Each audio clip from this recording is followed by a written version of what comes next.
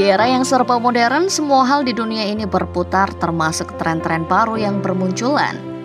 Dalam dunia si kulit bundar, tren masuknya pelatih-pelatih muda menjadi sesuatu yang digandrungi klub-klub raksasa Eropa.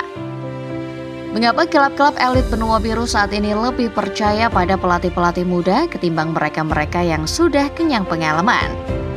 Sebelum masuk ke pembahasannya, jangan lupa tekan tombol subscribe dan nyalakan loncengnya, supaya tidak ketinggalan informasi-informasi sepak bola menarik dari Starting 11 Moment.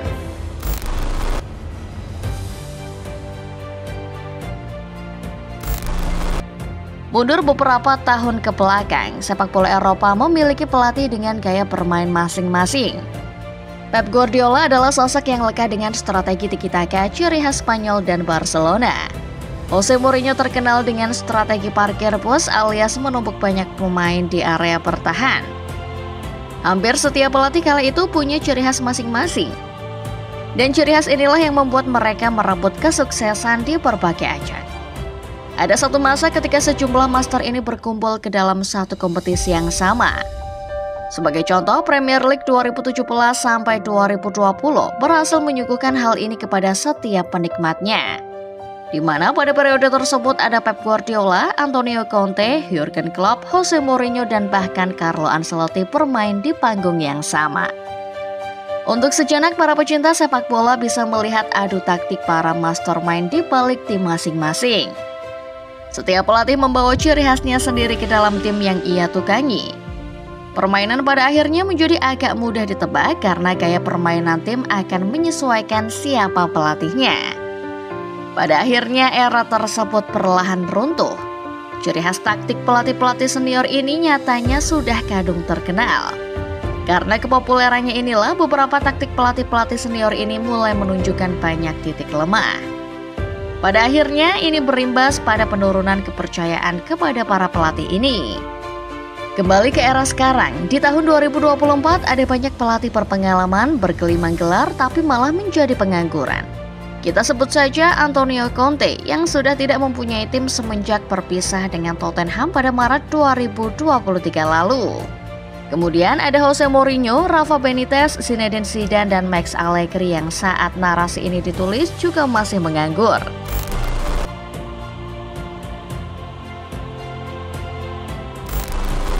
Apa mau dikata, siklus kini mulai berputar.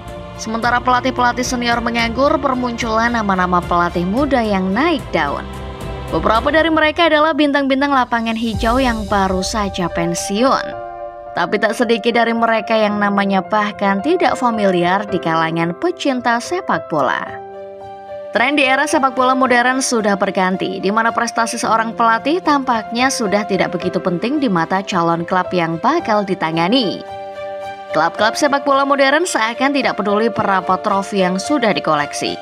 Justru sekarang umur menjadi sesuatu yang lebih penting ketimbang rekam jejak. Lihat saja fenomena yang terjadi dalam beberapa tahun kebelakang, atau lebih tepatnya lihat fenomena yang terjadi di tahun ini. Banyak klub raksasa seperti Bayern Munchen, Barcelona, Chelsea, dan Manchester United mencari pelatih-pelatih muda yang bahkan masih nol pengalaman. Padahal di luar sana banyak pelatih hebat dengan deretan trofi yang masih berstatus tanpa klub. Nama-nama seperti Vincent Kompany, Xabi Alonso, Kieran McKenna, Enzo Maresca, Arne Slot, dan masih banyak lagi menjadi nama-nama yang lebih banyak dicari ketimbang nama-nama seperti Jose Mourinho, Antonio Conte, Rafa Benitez, Thomas Tuchel, atau Max Allegri. Ya, roda telah berputar dan ini saatnya buat yang muda unjuk gigi.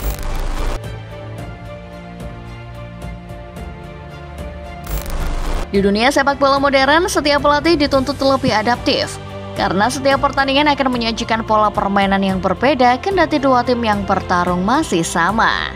Inilah alasan utama mengapa klub-klub elit saat ini lebih berani melakukan perjudian membawa pelatih-pelatih muda alih-alih mereka yang berpengalaman.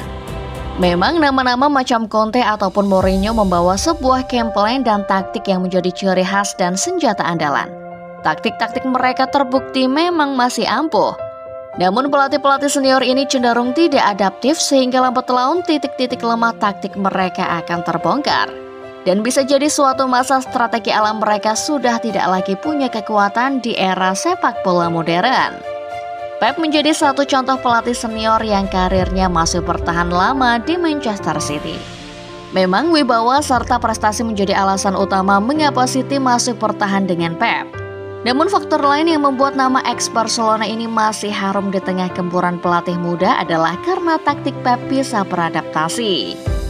Tiki-taka milik Pep sudah tak lagi murni, melainkan ada akulturasi taktik lain yang dikemas sedemikian rupa sehingga menjadi taktik yang lebih adaptif buat sepak bola modern. Beralih ke pelatih muda, Xabi Alonso tidak semata-mata beruntung bisa memenangkan Bundesliga sekaligus DFB Pokal serta meraih status runner-up UEL musim ini. Taktik adaptifnya inilah yang ikut andil besar. Xabi bisa menyesuaikan pola permainan timnya tergantung tim yang ia hadapi. Thomas Tuchel pernah berusaha mereplikasi taktik Xabi dengan basic meniru formasi awalnya. Tapi taktik adaptif Xabi akhirnya menjadi bumerang bagi Tuchel yang pada akhirnya malah dicukur Leverkusen 3 gol tanpa balas pada Februari lalu.